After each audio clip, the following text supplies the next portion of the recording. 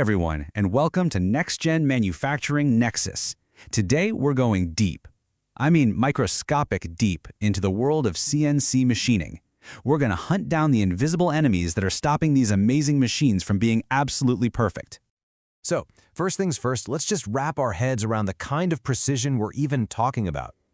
A modern CNC machine can carve metal to within 1/1000th of an inch.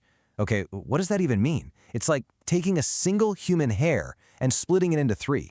That's the level of accuracy we're dealing with here. It's just mind-blowing, and it's what makes things like jet engines and life-saving medical implants possible. But that leads to a huge question, right? It's the kind of thing that probably keeps engineers awake at night. If these machines are that good, why aren't they perfect? Why can't we just hit go and get the exact same part every single time, down to the last molecule? Well, the truth is, every single CNC machine out there, no matter how expensive or how well built, is in a fight for its life. It's constantly battling these invisible forces, microscopic heat waves, and even its own tiny little flaws that were built right into it from day one.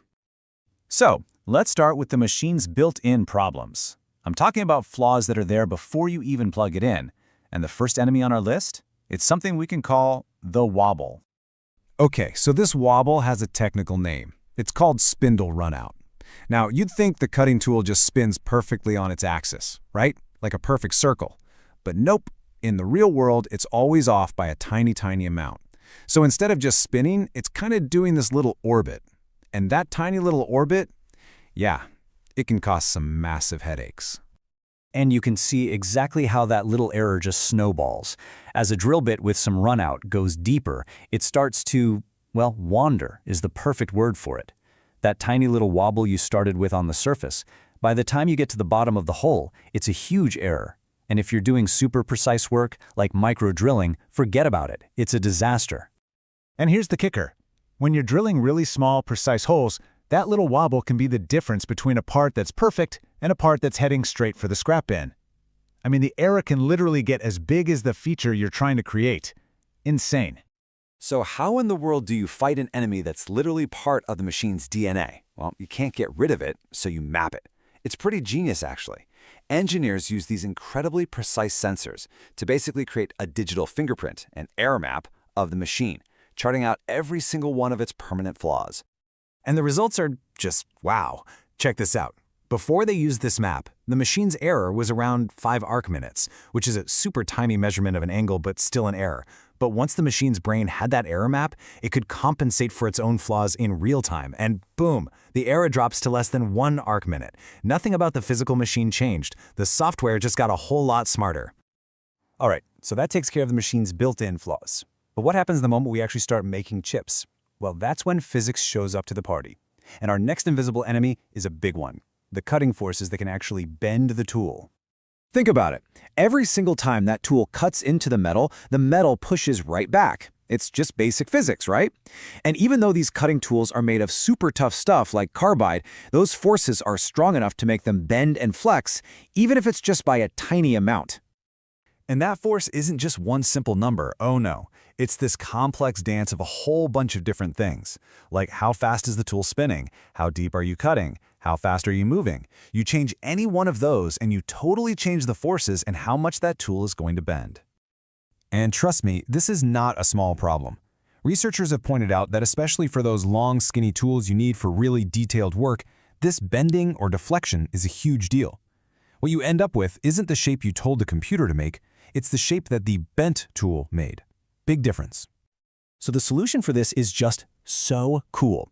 Instead of trying to make stronger tools, which you can only do so much of, engineers built a predictive model. The software is actually calculating the cutting forces as they happen, predicting exactly how much the tool is about to bend, and then it changes the tool path to compensate for it. It's like aiming ahead of a moving target. Just brilliant. Okay, so we've dealt with the machine's own flaws, and we've dealt with the physics of the cut, but there is one more invisible enemy. And honestly, this might be the biggest one of them all. We're talking about heat. 70%. Just look at that number for a second. 70%. That is massive. So, what is it? That's how much of a CNC machine's total error can come from heat alone.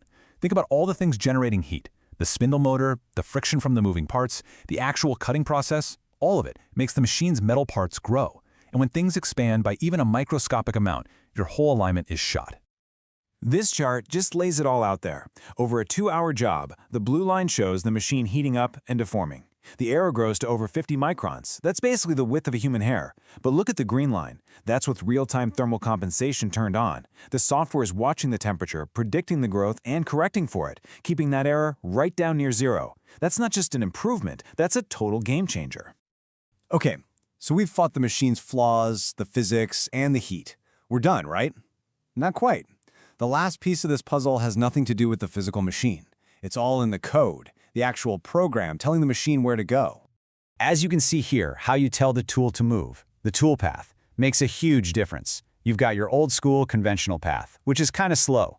Then you've got high-speed machining, which is way better. But then there's stuff like high-efficiency milling or HEM. It's a completely different way of thinking. You take shallow cuts sideways but go really deep. And look at the results. You get the fastest speed, the best finish, and your tools last longer.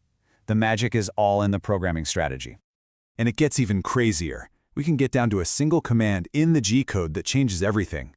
For instance, you use a G64 command and you're telling the machine, go fast. Don't worry about slowing down for corners, just kind of round them and keep moving.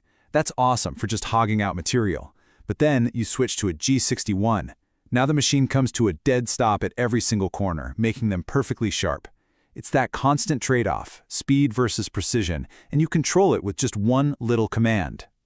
So, let's step back for a second. We've mapped the errors, we've predicted the physics, we've beaten the heat, and we've smartened up the code. What's the payoff? What does this all mean in the real world? Because look, this isn't just about making one single perfect part. When you put all these smart technologies together, it has a huge effect on the whole shop floor. You see a massive drop in downtime and a huge spike in efficiency and uptime. It's pretty simple, really. A smarter machine is a more profitable machine. And that leaves us with a really interesting idea to chew on. For years and years, we judged a machine by its physical build. The quality of the iron casting, the precision of the bearings. But now, with software that's this intelligent, are we heading into a future where the best machine isn't defined by its steel, but by its code? Is the software becoming more important than the hardware? I'd love to know what you think. Drop a comment below. Thanks for watching.